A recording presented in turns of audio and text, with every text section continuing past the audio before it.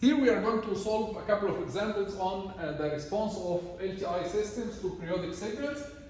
This example says that we have an input signal that can be represented using Fourier series using this expression for exponential minus j10t plus j20 degrees plus 10 plus 4 exponential jt minus j20 degrees.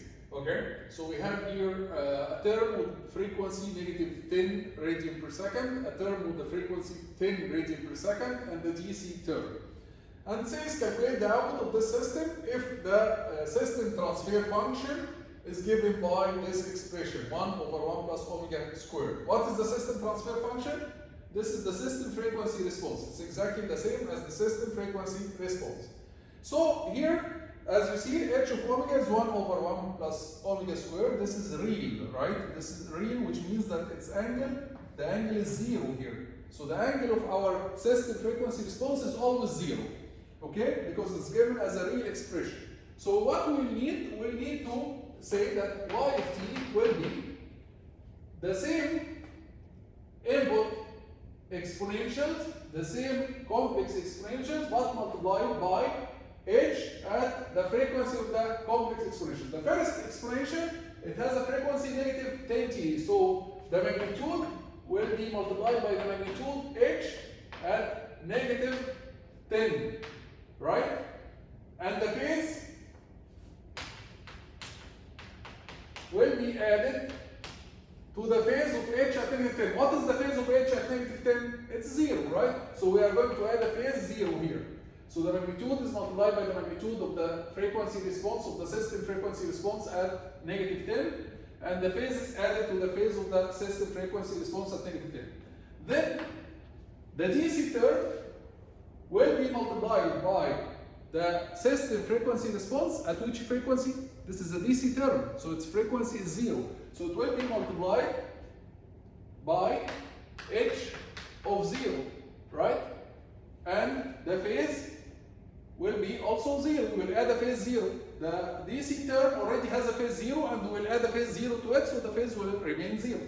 Then the next term, it's a complex sinusoid with frequency 10 radian per second. So the magnitude will be multiplied by the magnitude of the system. The magnitude of the system, I have to put the magnitude here to be correct. The magnitude of the system at 10. And then we add the phase of the system. We add the phase of the system at 10. What is the phase of our system at 10? It's 0, because our system always has a phase 0. It's a real system. It's a real in the frequency domain, which means that the phase is always 0. So we add here J0. Then we need now to calculate what is h of negative 10. h of negative 10, it will be 1 over negative 10 squared plus 1. So it will be 4 multiplied by 1 over negative 10 squared plus 1. And then you write this complex exponential as it is. Plus 10 multiplied by h of 0. What is h of 0? 1 over 0 plus 1. 1 over 0 plus 1. Then 4 multiplied by h of 10. What is h of 10? 1 over 10 squared plus 1. Multiplied by exponential j10t minus j20. And then you calculate these numbers and you get the final result, which will be 1 over 101 exponential plus 10 plus 4 over 101 exponential, and that's it. Okay, so this is the output of our system due to this signal x of t that was represented using Fourier series. Another example, it says, assume that h of omega, our frequency response, is given by 2 over 1 plus omega squared, and the angle tan inverse omega over 2. So here, h of omega, the frequency response, it has magnitude and angle. Okay? And we need to calculate the output. If the input signal, find the output y of t.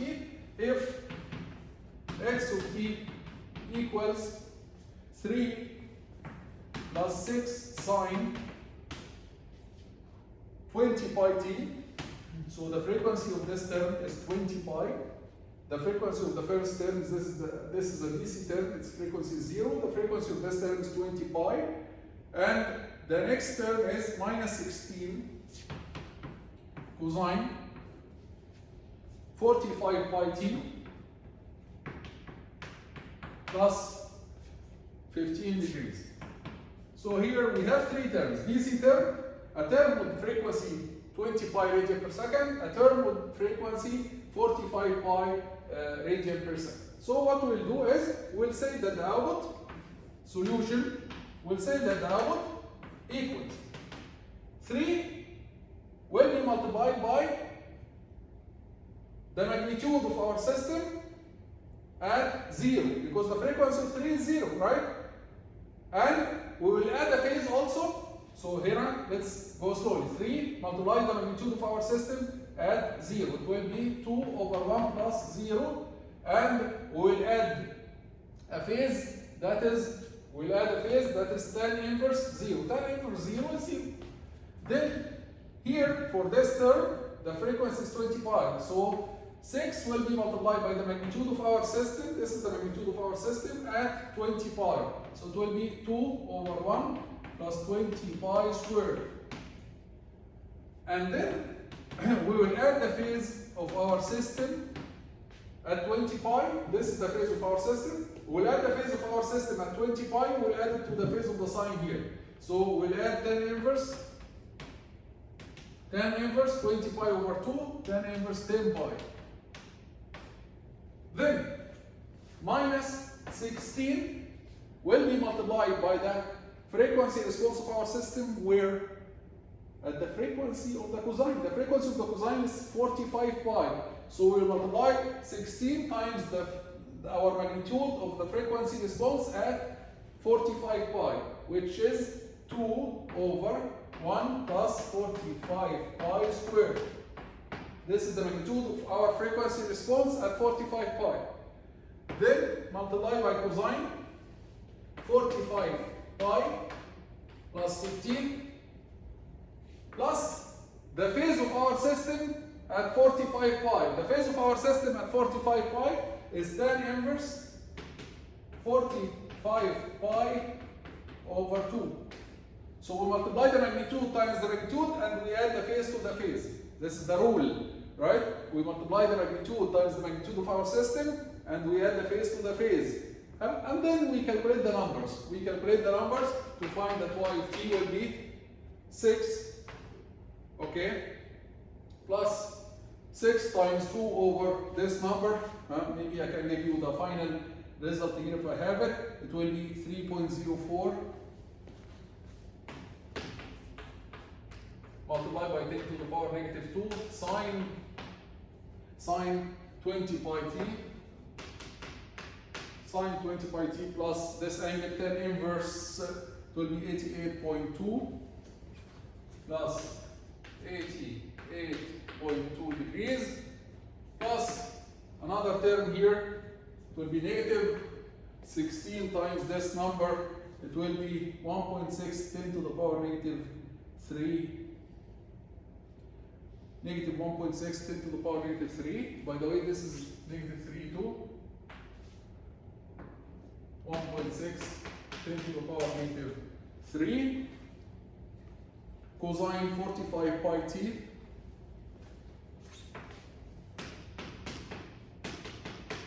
plus an angle 104.2 degrees. So this is the final result. As you see here, there is an important thing that we notice here, just to represent an introduction for what we are going to talk about later. The signal here, the input signal, it had a component, DC component 3, then a sinusoidal wave with amplitude 6, cosine wave with amplitude 16. Look at the output. The output, the DC increased. The output at the DC increased. It was 3, it became 6. While the two sinusoids was 6, it became very small number, 3 multiplied by 10 to the power negative 3. Here for the cosine it was 16, it became 1.6, 10 to the power negative 3, very small.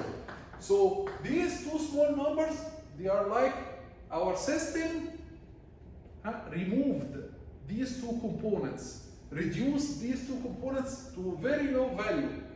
So our system here represents as or acts as a filter that filters high frequencies. It filters the frequency at 20 pi, it doesn't pass it.